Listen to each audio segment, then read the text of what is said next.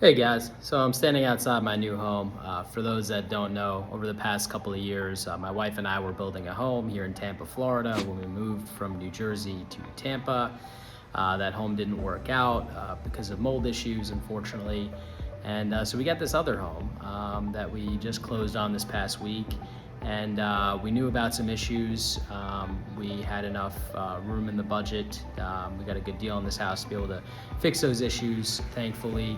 And I want to kind of show you guys what we're finding as a documentary, if you will, to show you some of the pitfalls that we can have in our homes. One of the things we noticed on this wall here is, it looks like they added this stucco band right here, probably to cover something up, some sort of issue at one point.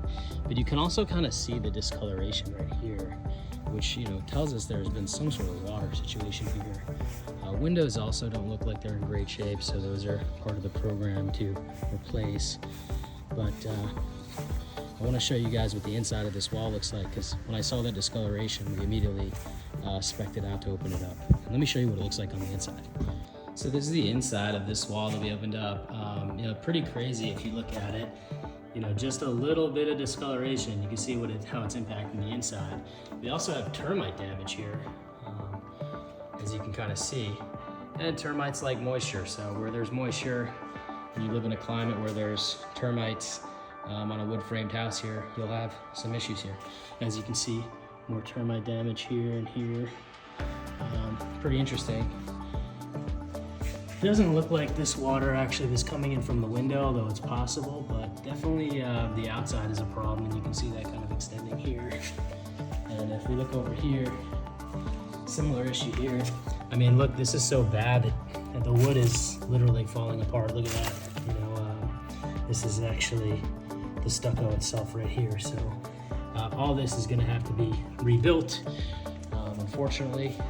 And of course, there was tons of mold on the back of the drywall. What's interesting is from the front of it, you couldn't tell at all. And this is one of the major issues we have with homes. If you see how bad this is, the front of the drywall looked totally fine. Wasn't a speck of mold, it was all behind it. So it's always important to start outside in. As you can see here, more termite damage up here. This is all gonna have to get rebuilt, unfortunately, to do it properly. This floor still needs to be done. They got, a third of this up, so that's good. They got that floor back here up, so I don't need to do that. I mean, there's a little bit of thin set left. If they want to scrape that, I guess, might as well. And just to show you over here, they got this floor taken up.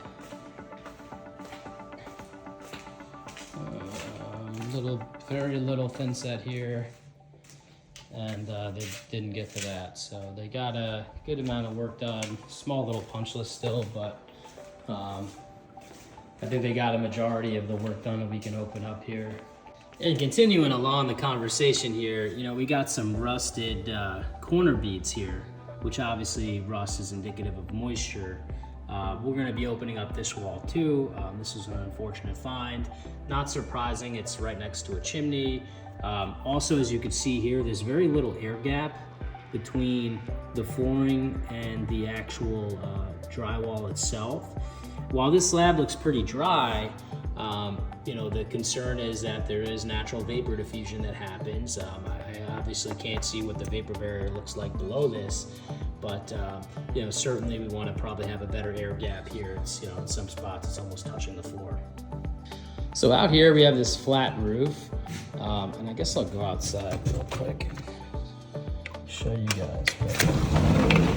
But, it's like really soft right here, like eerily soft. It's mainly because flat roofs, they don't really have good drainage. You have this pull screen here, so every time it rains, the water just kind of collects here. You can see based on the stains here. Over time, this membrane breaks down, water gets underneath it and causes issues. We have to pull this off.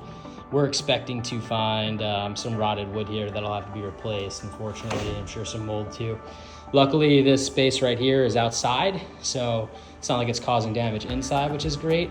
But what we're actually gonna do is we're gonna take this wall here where the sliding glass door is, and we're gonna push it back to that railing, essentially making that outside space and inside space. And the reason being is because, you know, there's not really much you can do out here besides a flat roof. And so the less flat roof we have, the better. The more waterproofing we have, the better. So that's kind of our solution to fix this water chaos, because even with a new roof, it's just gonna happen again a few years down the road. So up here we had some roof leaking, as you can see. We are replacing the roof because it doesn't make sense not to. It's an older, 30-year-old clay tile roof. So we're gonna put new waterproofing membrane down. And you see these pieces of wood, while we're doing the roof, we're just gonna replace them instead of having to remediate this, because it'll just be a better product.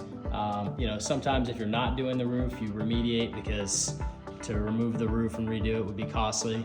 Because we have to remove the roof anyway, and it's part of the program, this is something that we'll be able to do more effectively. And obviously, as you can see here, some of this framing is going to be replaced here. Here, this is another exterior wall, and just look at this. I mean, we found all this termite damage up here, all this wall leaking again due to the stucco. And again, I mean, this wall on the front of it, you would have no idea. So what ended up happening is, along the bottom here, when we removed the baseboards to redo the flooring in this room, we saw some mold on the bottom of the baseboards, and obviously we decided to open it up. And as we opened it up, we saw all of this here, which led us to opening up the entire wall. And we, as well as remove the ceiling, because as we started coming back, we also saw some mold here on these beams here because of plumbing leaks, as you can see here. So we have an issue upstairs as well, and it's kind of causing this. We always, when I'm renovating a home, I always expect to find some surprises, but there's always in any home renovation project, there's more than you bargain for, unfortunately.